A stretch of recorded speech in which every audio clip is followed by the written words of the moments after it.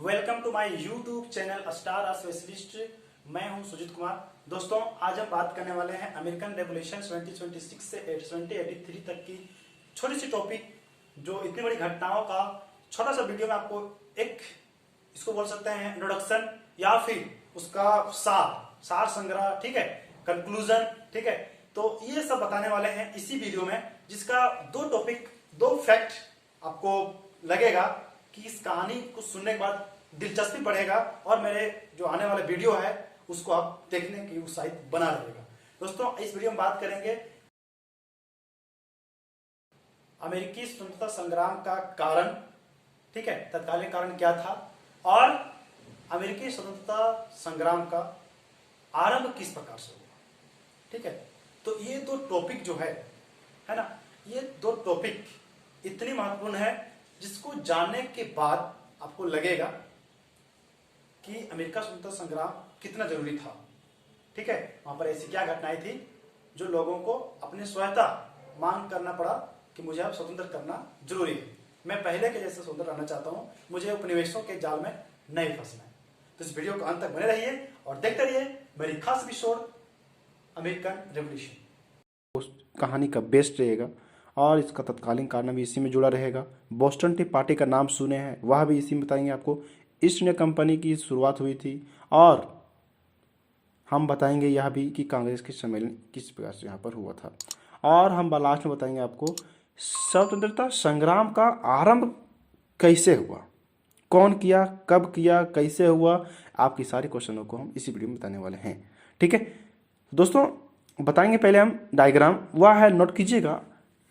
America का स्वतंत्रता संग्राम मुख्यतः ग्रेट ब्रिटेन तथा उसके उपनिवेशों के बीच आर्थिक हितों का संघर्ष था। आर्थिक मतलब कि निजी होता है, ठीक है, निजी संघर्ष था, किंतु कई तरीकों से, ठीक है, किंतु कई तरीकों से यह सामाजिक एवं राजनीतिक व्यवस्था के भी विरुद्ध थे,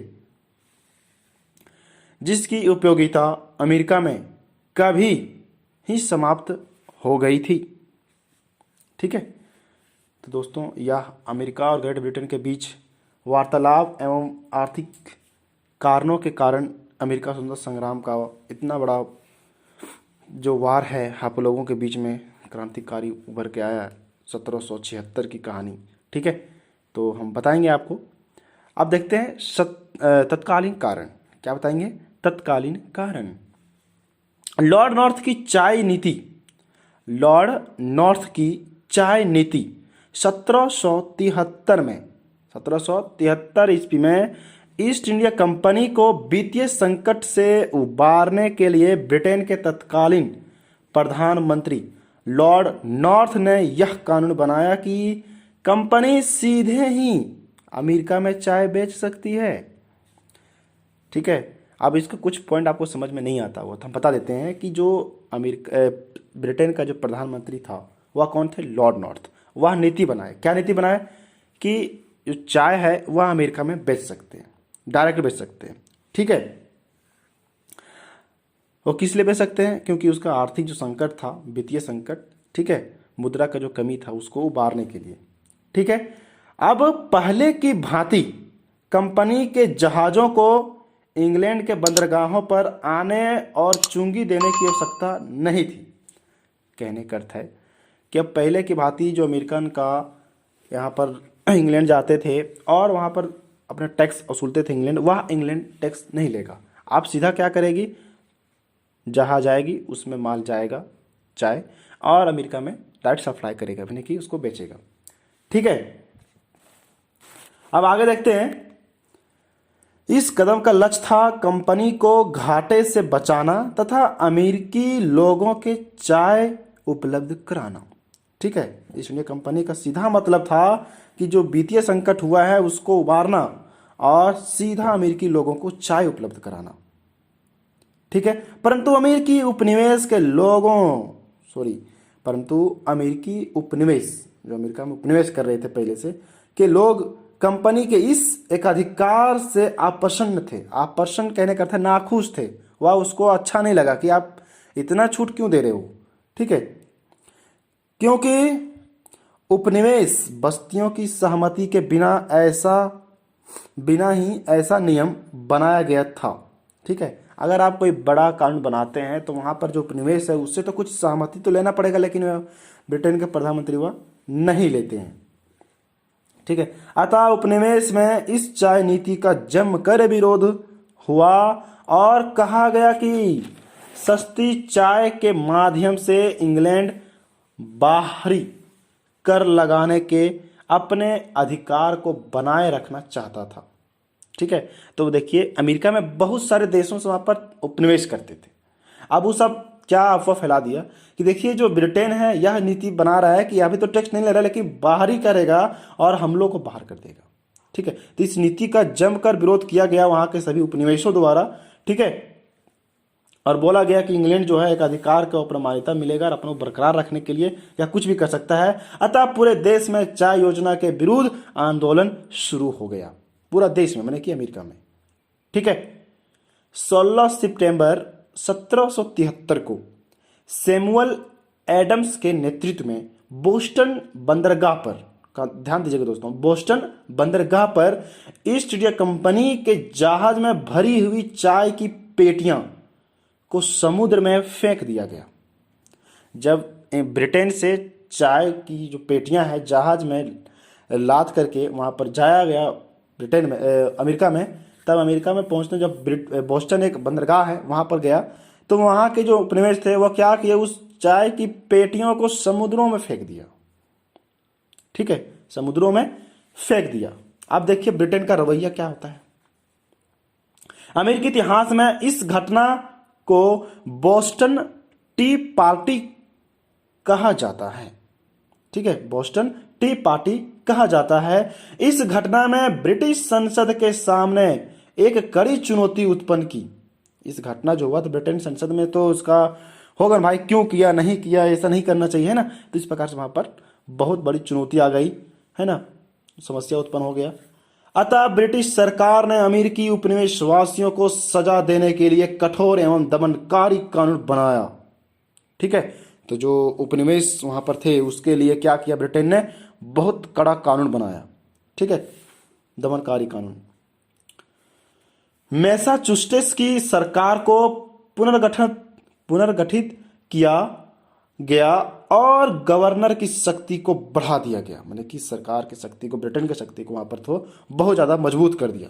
ठीक है, और शक्ति बढ़ा दिया गया तथा सैनिकों को नगर में रहने का नियम बनाया गया और हत्या संबंधी मुकदमे अमेरिकी न्यायालय से इंग्लैंड तथा अन्य उपनिवेशों में स्थानांतरित कर दिया गया। ठीक है, मैंने कि अमेरिका में कोई भी कुछ भी मर्डर करे या कुछ भी करे तो उसका सीधा फैसला कहां पर होगा, इंग्लैंड में होगा। और हर नगर, हर चौक चौराहे पर क्या कर दिया गया, सैनिकों लगा दिया गया।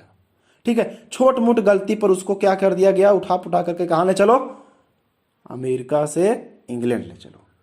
ठीक है, तो मैंने कि बहुत ही कड़ा कानून बना दिया गया जिसे हम बोल सकते हैं। तो वहां के लोग बहुत ज्यादा क्या हुए, घबरा गए और इस नीति का बहुत ज्यादा विरोध होने लगा।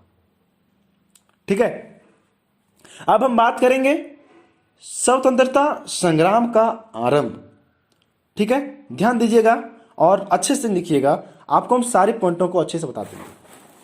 ठीक है, ब्रिटिश सरकार द्वारा बनाए गए इस दमनात्मक कानून का अमेरिकी उपनिवेश में जमकर विरोध किया और 1774 ईस्वी फिलडेल्फिया 1774 में पहली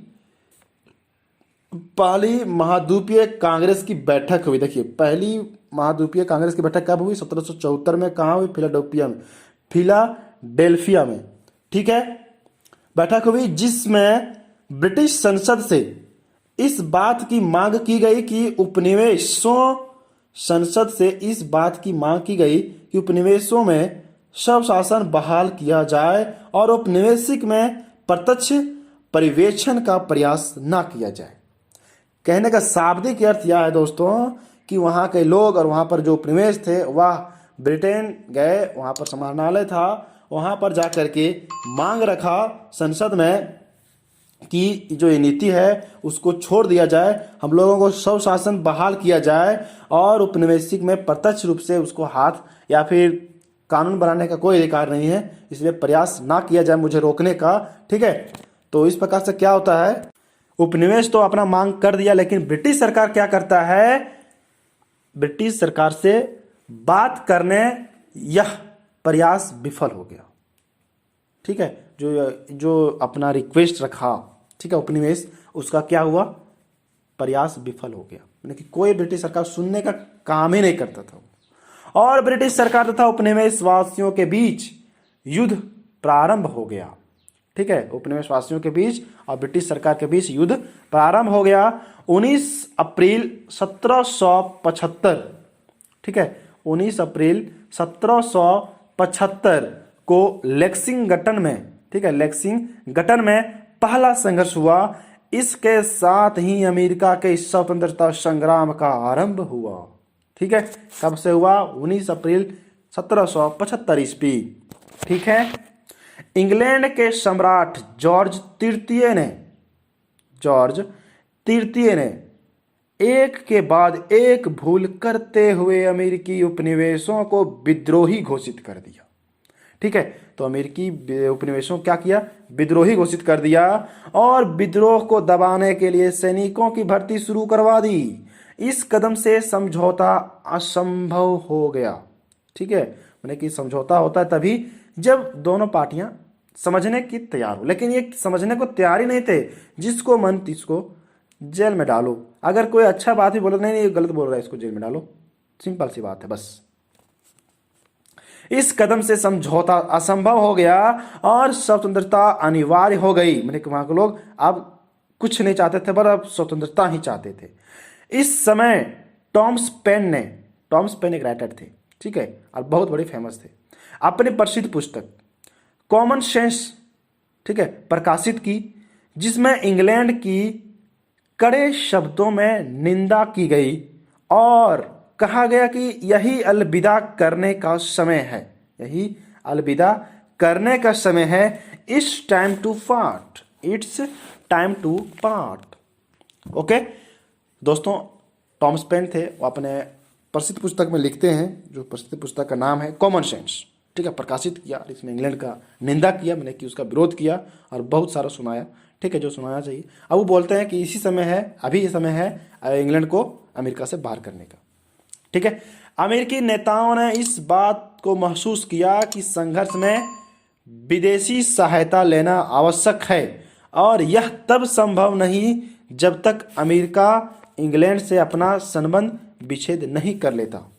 ठीक है, तो दोस्तों अमेरिका को यह रियलाइज हो गया, अमेरिका के नेताओं को, कि अब इंग्लैंड से अब कुछ नहीं पटने वाला है, तो अब क्या करते हैं, इसको अब तोड़ ही देते हैं जितने रिलेशन है सो, और हम विदेशों से सहायता लेना चालू करते हैं। ठीक है, अतः उपनिवेशों का एक सम्मेलन फिलाडेल्फिया में बुलाया गया। उपनिवेशों का माने कि उपनिवेश जो पहले वहां पर बहुत सारे देशों से था, जो ठीक है, बुलाया गया, और 4 जुलाई 1776 को इस सम्मेलन में स्वतंत्रता की घोषणा कर दी।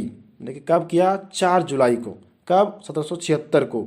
ठीक है, इस सम्मेलन का स्वतंत्रता का घोषणा कर दी, और यह स्वतंत्रता संघर्ष 1783 ईस्वी में पेरिस की संधि के साथ खत्म हुआ। 1783 ईस्वी में पेरिस की संधि हुई, ठीक है, तब जाकर के खत्म हुआ।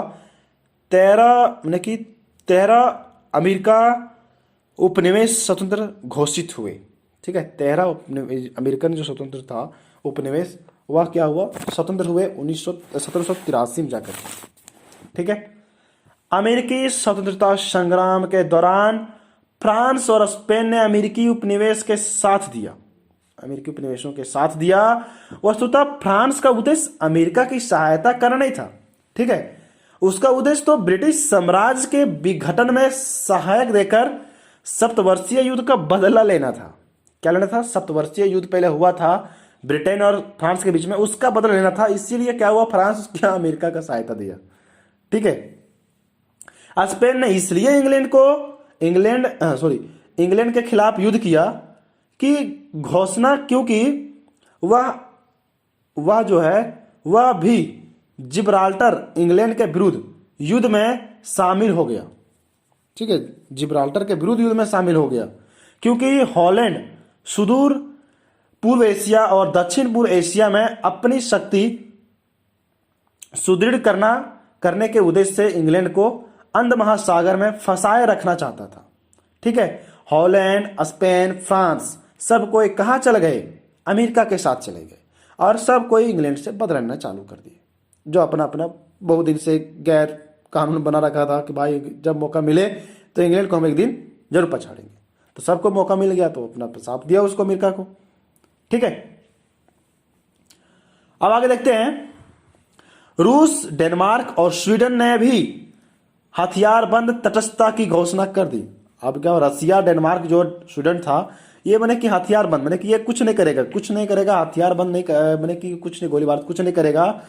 और ये इसका माने कि घोषणा कर दी कि हम कुछ नहीं करने वाले हैं, जो प्रकारांतर इंग्लैंड के विरुद्ध ही थी। माने कि जो अगर इंग्लैंड का साथ नहीं दे रहा है तो कहीं ना कहीं क्या कर रहा है, वो अमेरिका का ही साथ दे रहा है। ठीक है, इस प्रकार 1781 ईस्वी में अंग्रेजी सेनाध्यक्ष कॉर्नवालिस को आर्क टाउन के युद्ध में आत्मसमर्पण करना पड़ा। कहां पर? आर्क टाउन में। ठीक है, आर्क टाउन के युद्ध में आत्मसमर्पण करना पड़ा और अमेरिकी सेनापति जॉर्ज वाशिंगटन महत्वपूर्ण नेता के रूप में उभरा। ठीक है, अमेरिका के सेनापति कौन? जॉर्ज वाशिंगटन महत्वपूर्ण नेता के रूप में उभरा। अंत में 3 सितंबर 1783 को पेरिस की संधि के द्वारा अमेरिकी स्वतंत्रता संग्राम का अंत हुआ। ठीक है, अमेरिकी स्वतंत्रता संग्राम का अंत हुआ। कब हुआ? 3 सितंबर। ध्यान दीजिएगा, यह 1783 में यह वार का अंत हो जाता है, यह क्रांतिकारी का। तो दोस्तों, वीडियो कैसी लगी यह हमें कमेंट बॉक्स में जरूर बताएं, और ये जब फर्स्ट पार्ट था, सेकेंड पार्ट भी देखें। Thanks for watching my video.